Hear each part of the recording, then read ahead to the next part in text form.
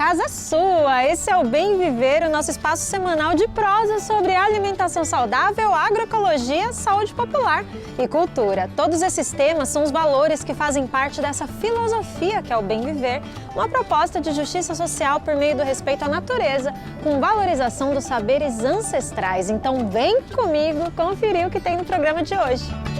No Momento Agroecológico, nós vamos para Maricá, no Rio de Janeiro, conhecer um projeto da Prefeitura que oferece conscientização ecológica para a população. O Alimenta Saúde vai falar sobre um dos alimentos mais conhecidos por suas propriedades medicinais, o própolis. A Letícia Massula vai ensinar um bolo de abóbora delicioso no quadro Comida de Verdade. A convidada Ana Carolina Lourenço vai falar sobre o livro A Radical Imaginação Política das Mulheres Negras, no quadro de entrevista. E tem mais, com dica de saúde e cultura, não sai daí, vamos junto, que o Bem Viver tá só começando. Em Maricá, no Rio de Janeiro, a Prefeitura está realizando um projeto chamado Sábado Agroecológico. A ideia é aproximar os cidadãos do cuidado com a terra, incentivar o plantio de alimentos nas residências, tudo para desenvolver uma consciência ecológica na população. Bacana, né? Entre as atividades estão cursos, palestras sobre plantio e compostagem, orientações sobre os vegetais e entrega de mudas. Vamos conferir agora no Momento Agroecológico.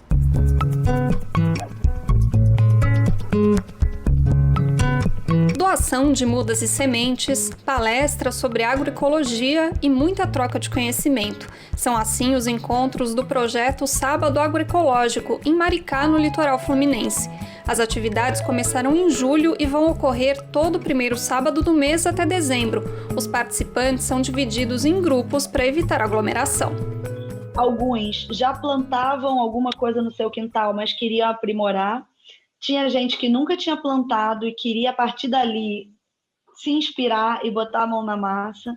As irmãs Isabela e Letícia foram lá pegar algumas dicas. Elas moram em uma casa com um quintal grande onde cultivam hortaliças e árvores frutíferas, mas vem tendo problemas com visitantes indesejados. Aqui no meu quintal, nas minhas hortinhas, né, a gente tem problema com lagartinhas, que vão se tornar borboletas, então a gente tem que tentar encontrar um equilíbrio, né? Porque ou a gente fica sem, ou elas comem tudo.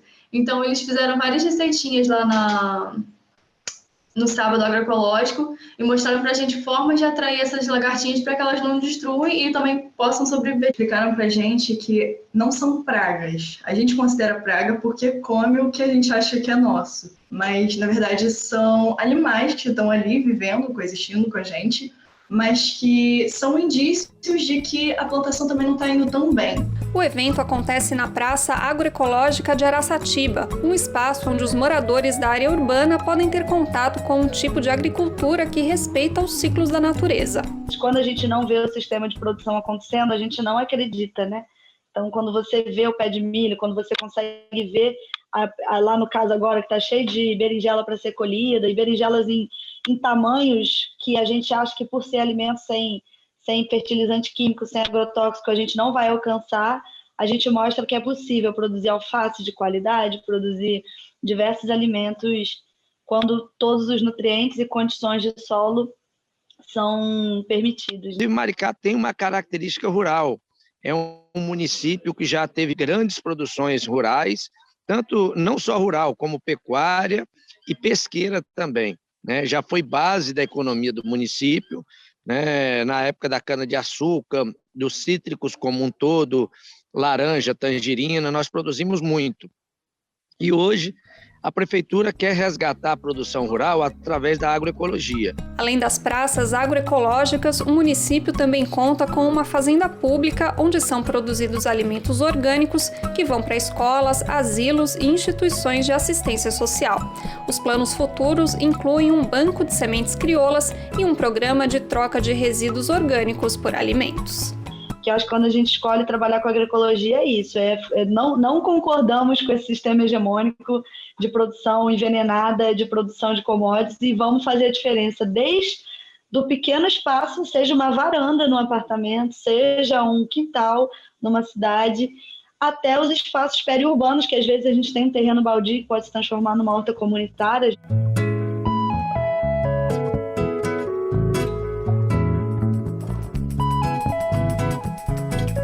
projeto super importante que mostra que a agroecologia é para todo mundo e não precisa necessariamente estar numa roça para praticar. A gente espera mesmo que se popularize cada vez mais. Se você for de Maricá ou for para lá para participar do projeto, ele vai acontecer todo o primeiro sábado do mês até dezembro desse ano de 2021. Para saber a programação e fazer a sua inscrição, entra no site da Prefeitura, que é maricá.rj.gov.br.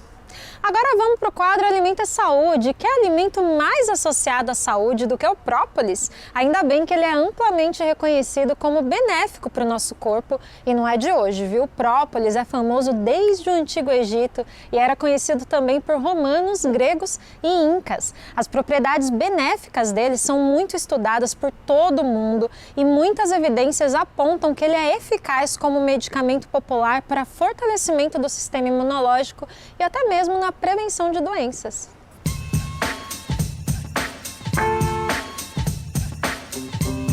Nas colmeias, ela é fabricada pelas abelhas para que possam se limpar e afastar predadores. A própolis é uma rica mistura de resina, cera, pólen e enzimas. Por causa da sua função bactericida e suas poderosas propriedades antioxidantes e anti-inflamatórias, uma recente pesquisa realizada pelo Instituto DOR identificou inclusive os efeitos positivos da própolis no combate à Covid. Os pacientes que receberam o alimento ficaram até 50% menos tempo no hospital. Nesse consumo diário, né, a gente pode estar colocando em sucos, geralmente em preparações de bebidas, né? Você pode estar tomando de manhã, em jejum, geralmente as pessoas já têm o hábito de colocar aquelas gotinhas no início, as pessoas sentem, isso aqui é amargo, é forte, mas aí precisa lembrar que tem dois tipos também de própolis, de extrato de própolis, aqueles com álcool e os sem álcool, que é para gestante criança, né? A gente orienta que seja sem álcool. Um exemplo de produção orgânica é a feita por Vitor Hugo Pedraça, em Mossoró, Rio Grande do Norte. Apaixonado pela cultura das abelhas, ele há 16 anos produz mel e própolis em sua própria casa a partir da criação da abelha jandaíra, uma espécie sem ferrão nativa da região. A criação das colônias é feita em caixas especiais chamadas meliponários. Então, é uma troca digamos assim, uma troca de saberes e, ao mesmo tempo, de recompensas. O ser humano cuida dela e ela dá de presente o mel, ela dá de presente o saburá, ela dá de presente a própria própolis. Os benefícios da própolis são a ponta do iceberg da importância das abelhas para os seres humanos. Como explica o agrônomo, cerca de 75% de todos os alimentos naturais que consumimos depende do trabalho de polinização desses pequenos animais.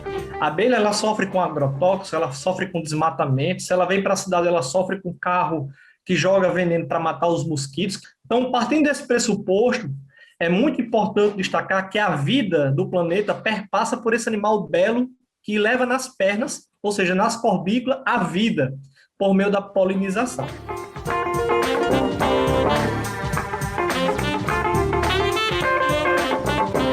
Pois é, para ter uma noção da importância das abelhas na nossa alimentação, a estimativa de ambientalistas é que até 80% dos vegetais conhecidos não produziriam sementes nem frutos sem a polinização. Já imaginou isso? A vida das abelhas é ameaçada pelo uso de agrotóxicos e essa preocupação é muito grande a nível mundial. A ONU mesmo tem feito várias campanhas para alertar sobre o quanto a proteção à vida das abelhas é fundamental, é muito importante, prioritária mesmo nos assuntos, né, de preservação ambiental e importante até mesmo na nossa sobrevivência como espécie. Então fica aí esse alerta, essa conscientização fundamental para todos nós. Tá na hora da hora boa, saborosa do programa, o momento da nossa cozinheira Letícia Massula dominar tudo aqui com o quadro Comida de Verdade. Bolo de cenoura é um queridinho, né? Muita gente ama, mas e se eu disser que dá para variar essa receita com outro legume que fica tão maravilhoso quanto? Olha só.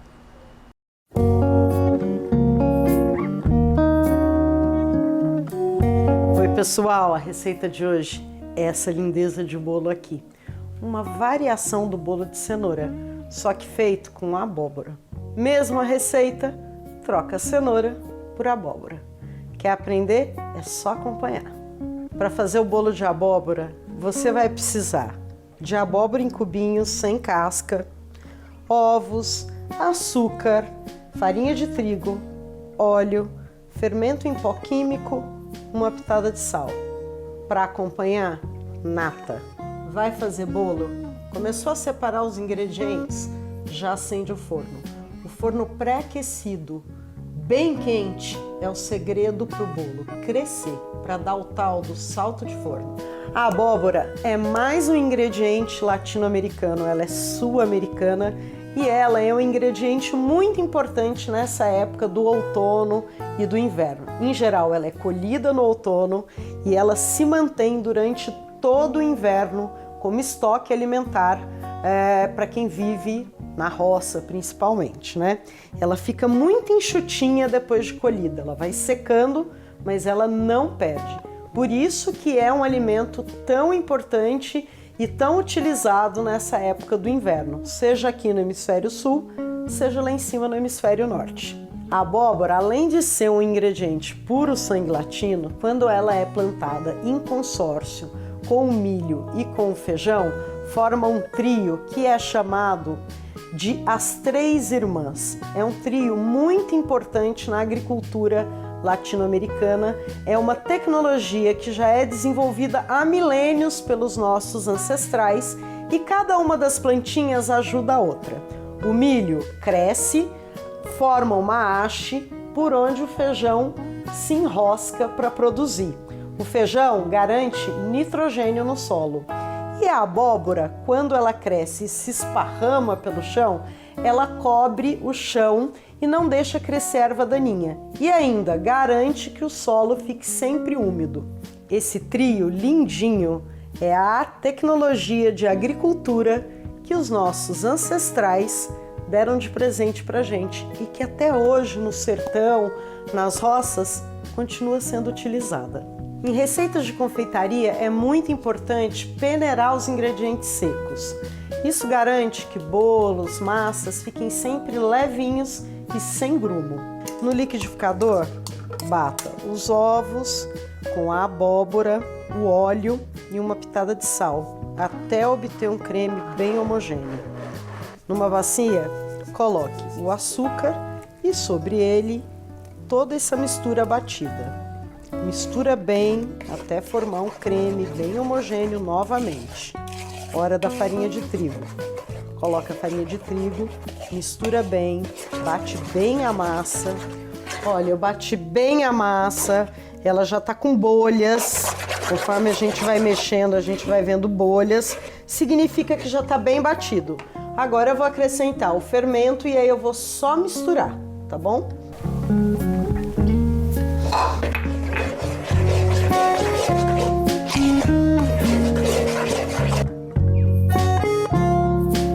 Agora vamos passar aqui a massa para a assadeira. Assadeira que eu já untei e enfarinhei. É muito importante enfarinhar a assadeira para o bolo não grudar.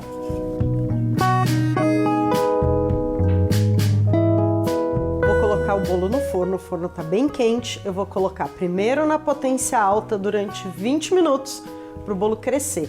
Aí eu vou abaixar e vou deixar ele assar por mais 20 minutos. Só depois desse segundo tempo de 20 minutos é que eu vou espetar para ver se o bolo está no ponto. Mesmo o palito saindo limpo, se você quiser dourar mais um pouquinho o bolo para ele ficar mais moreninho, mais gostoso, mais saboroso, você deixa mais um pouquinho. Vamos lá, vamos ver se o bolo está no ponto. Uau!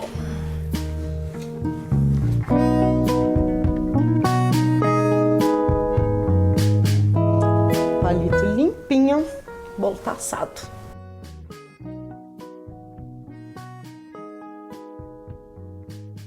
Aquela hora da verdade, né, pessoal? A gente nunca sabe se o bolo vai prestar. Ah, consegui. Olha lá. Lindão. Agora, vamos passar para o outro prato. Tururu. Vamos olhar aqui se o bolo ficou bom mesmo, né? Prova dos 9. A casquinha tá uma maravilha. Ó, casquinha crocante. Agora vamos ver o miolo. Olha que beleza, minha gente. Olha que bolo ainda quentinho. Ah, delícia! Na sua casa, se você quiser, pode fazer cobertura de chocolate ou de doce de coco, ou mesmo aquela cobertura de laranja ou aquela que é só um açúcarzinho por cima. Pode fazer do jeito que você quiser. Eu gosto de comer assim purinho com uma colherada de nata, que é o que eu vou colocar aqui. Olha isso. Gente, fala sério, só falta mesmo um cafezinho que eu vou passar daqui a pouco. Gostou dessa receita? Se fizer na sua casa, já sabe, passa aqui para contar o que achou. Ou se não, dá uma olhada lá no meu blog, cozinhadamatilde.com.br. Beijocas e até a próxima!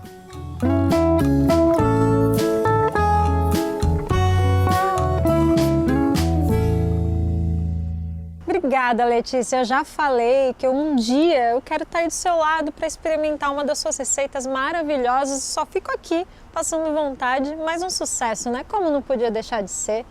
Um beijo para você com todo carinho. Até semana que vem.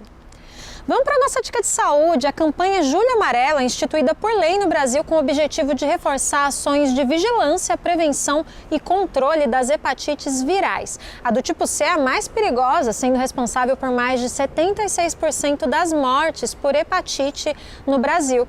Por isso, a gente trouxe a infectologista Marcela Vieira para falar sobre a importância da testagem para a doença. Na pandemia, caiu pela metade o número de pessoas que fazem o teste.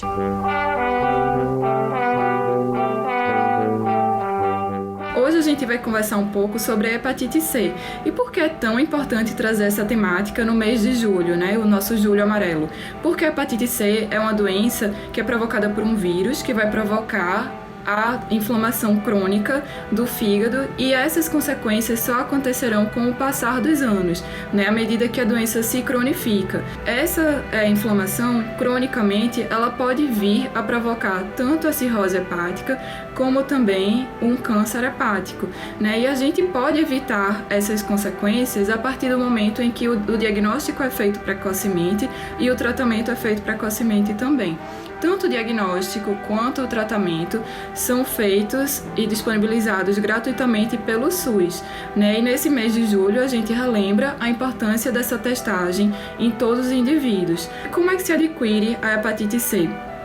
Bom, esse vírus ele está presente no sangue e ele vai estar presente em materiais contaminados, como por exemplo alicates e manicures, a partir também da realização de piercing e de tatuagem, sem a correta esterilização dos equipamentos, né, como também através do sexo sem preservativo e por meio da gestação. Todas as pessoas devem ser testadas, é uma testagem que está amplamente disponível e o quanto antes a realização do teste for feita e o diagnóstico foi feito, o tratamento, que também é ofertado pelo SUS, deve ser realizado e o paciente fica livre da doença, tá? Fazendo somente o segmento com exames de imagem seriados, tá? Então, por isso que é tão importante a gente vir aqui chamar a atenção sobre a importância de realizar a testagem para hepatite C.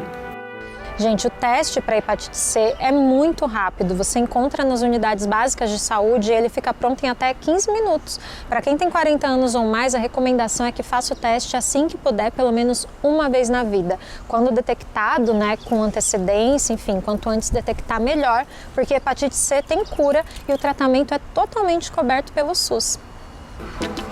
Saudações, bem viver, sou Darcy Costa do Movimento Nacional População de Rua. O Movimento Nacional tem como principal bandeira moradia primeiro, como principal oferta de políticas públicas para a população em situação de rua. Quero deixar aqui o meu abraço, o meu agradecimento e que juntos possamos construir um mundo melhor.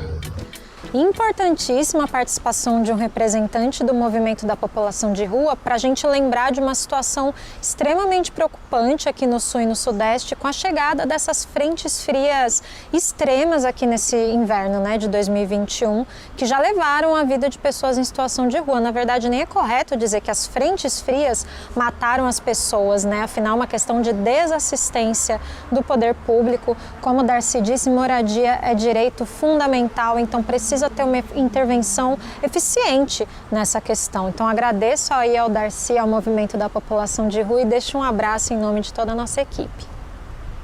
No Brasil, quase 29% da população é composta por mulheres negras, mas na política essa representatividade é mínima. Mas não é por falta de mobilização, jamais. Há décadas, mulheres negras estão produzindo conhecimentos, apontando caminhos e efetivando soluções para o fortalecimento da democracia e o alcance da igualdade social. E trazer parte dessas ideias é a proposta do livro A Radical Imaginação Política das Mulheres Negras, publicação da Fundação Rosa Luxemburgo, em parceria com o projeto Mulheres Negras Decidem e o Instituto Marielle Franco. Vamos saber mais no quadro de entrevista. A convidada é a Ana Carolina Lourenço, uma das organizadoras da publicação.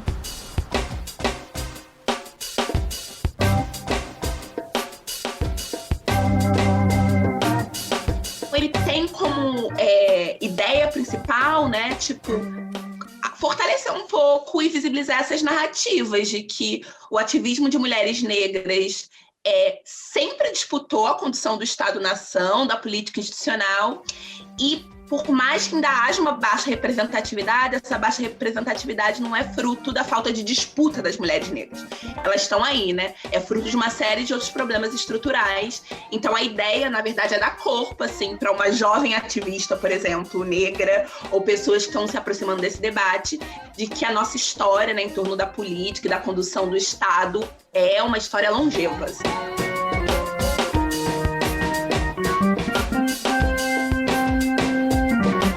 Se debruçar sobre esses textos, toda a temática que ele vai atravessando, que tem um eixo muito central de ser do campo, né, da esquerda brasileira, ou seja, tem uma disputa ali do que a gente pode chamar, né, de pensamento político de esquerda, e que essas mulheres negras, quando elas vão se dedicar a alguns temas, né, educação, acesso à informação, violência policial, justiça socioambiental, por exemplo, elas se voltam para pensar a raiz dos problemas, ou seja, tem uma característica muito transformadora, né, e radical nesses conjuntos de textos. O outro ponto que aí tem a ver com a imaginação, então a ideia de imaginação também que une esses textos é que esse é um repositório criativo, inovador, e que a gente pode se voltar a ele, porque ali tem respostas, soluções para a saída da crise social, política e econômica que a gente está vivendo hoje. Então, eu acho que tem um pouco essa outra linha, né, que é um pouco fonte de inspiração mesmo, né, de capacidade de transformação e mudança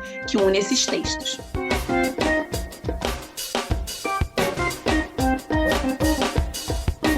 A gente está no momento de dizer que é fundamental falar que é importante, né, que a diversidade de vozes, pessoas, orientações ocupem a política, mas não só por uma questão formal, ou seja, de que é importante que a democracia seja diversa, mas porque a grande verdade é que as mulheres negras, como principais beneficiárias de políticas públicas do Brasil, e principais executoras de muitas dessas políticas públicas, quando a gente pensa na ponta dela, serviço social, educação básica, SUS, né? As mulheres negras são a maior força de trabalho do Sistema Único de Saúde. Então, eu acho que é um momento, na verdade, para os setores diversos da sociedade apostarem nessa radical imaginação política, porque essa radical imaginação política, ela tem um projeto, na verdade, para a sociedade brasileira como um todo, né? E que, sem sombra de dúvidas, vai fortalecer a nossa democracia, vai corrigir as nossas desigualdades. A pandemia mostra isso de maneira muito direta, né?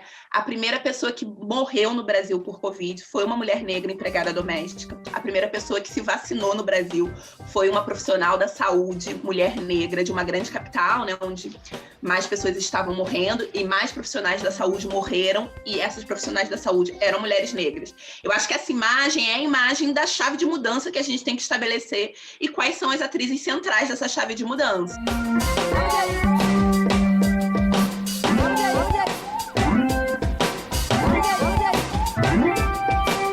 essa publicação tá imperdível. Tem escritos de grandes nomes como Lélia Gonzalez, Benedita da Silva, Áurea Carolina, Leci Brandão, tem Érica Malunguinho, Marielle Franco, entre várias outras pensadoras fundamentais, e está disponível para download gratuito na internet. A gente até criou um link bem curtinho aí para você acessar com facilidade, que é bit.ly, vou soletrar para você, bit.ly, /Radical Política. Então apoie o trabalho e passe adiante também. Vamos para o nosso tempero de cultura. Em 1898, há 123 anos atrás, nascia em Pernambuco uma das figuras que até hoje é uma das mais intrigantes e controversas do Brasil, Virgulino Ferreira, o Lampião. A força desse personagem no imaginário popular brasileiro continua inspirando as mais diversas obras, como o livro Trono de Cangalha, do escritor sergipano Haroldo Veiga. A história narra a trajetória de um anti-herói que leva a luta iniciada pelos antepassados cangaceiros para a zona urbana em meio à ditadura militar.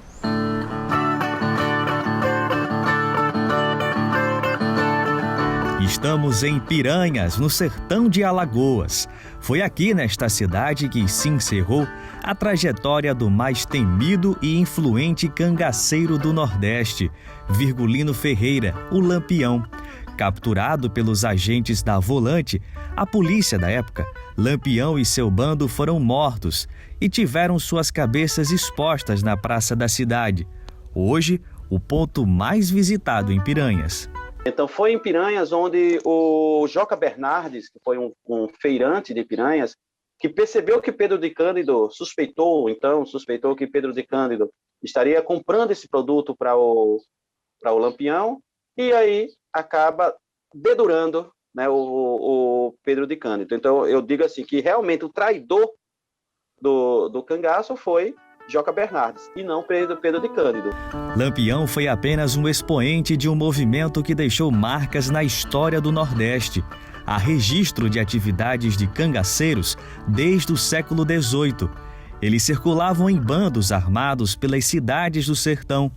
Costumavam saquear, invadir vilarejos e combater as injustiças. O auge do movimento foi no século XX, quando durante décadas rivalizaram com as volantes, polícia que muitas vezes estava a serviço de grandes fazendeiros e coronéis. E alguns jornais e pesquisadores atestavam que era uma epidemia que estava acontecendo. Era uma epidemia de cangaceiro, de banditismo, volantes, muitas vezes a polícia agindo como cangaceiros, praticando crimes tão hediondos quanto os crimes praticados por cangaceiros. A filosofia do cangaço inspirou o escritor Haroldo Veiga a criar o personagem Laércio Ramalho, protagonista do seu mais recente livro, O Trono de Cangalha. O autor transporta a dinâmica dos cangaceiros dos anos 30 para as atividades de um militante político na resistência à ditadura militar entre as décadas de 60 e 80 no Brasil.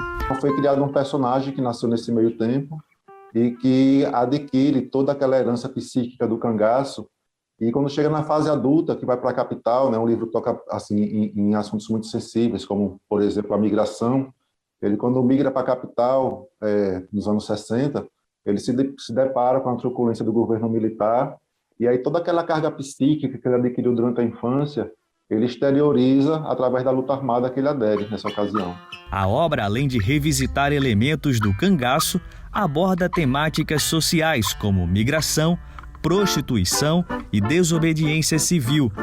Ele mostra o que foi realmente a ditadura na pele de quem a sofreu, entendeu? Então, nesse sentido, as pessoas dessa nova geração e até das gerações anteriores, que também a gente vê muita gente defendendo esse tipo de coisa, vai ter esse tipo um choque de realidade, porque ele vai sentir na pele, através dos olhos do personagem, o que realmente foi a ditadura.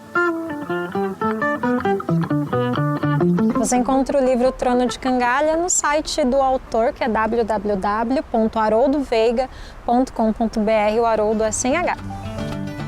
Chegamos ao fim de mais um programa, prazer imenso estar aqui com você, obrigada pela sua audiência. Antes de encerrar, deixo aqui um convite. Se você promove o bem viver na sua cidade, na sua região, vem contar pra gente. É só colocar a sua saudação nas redes sociais com a hashtag Bem Viver na TV.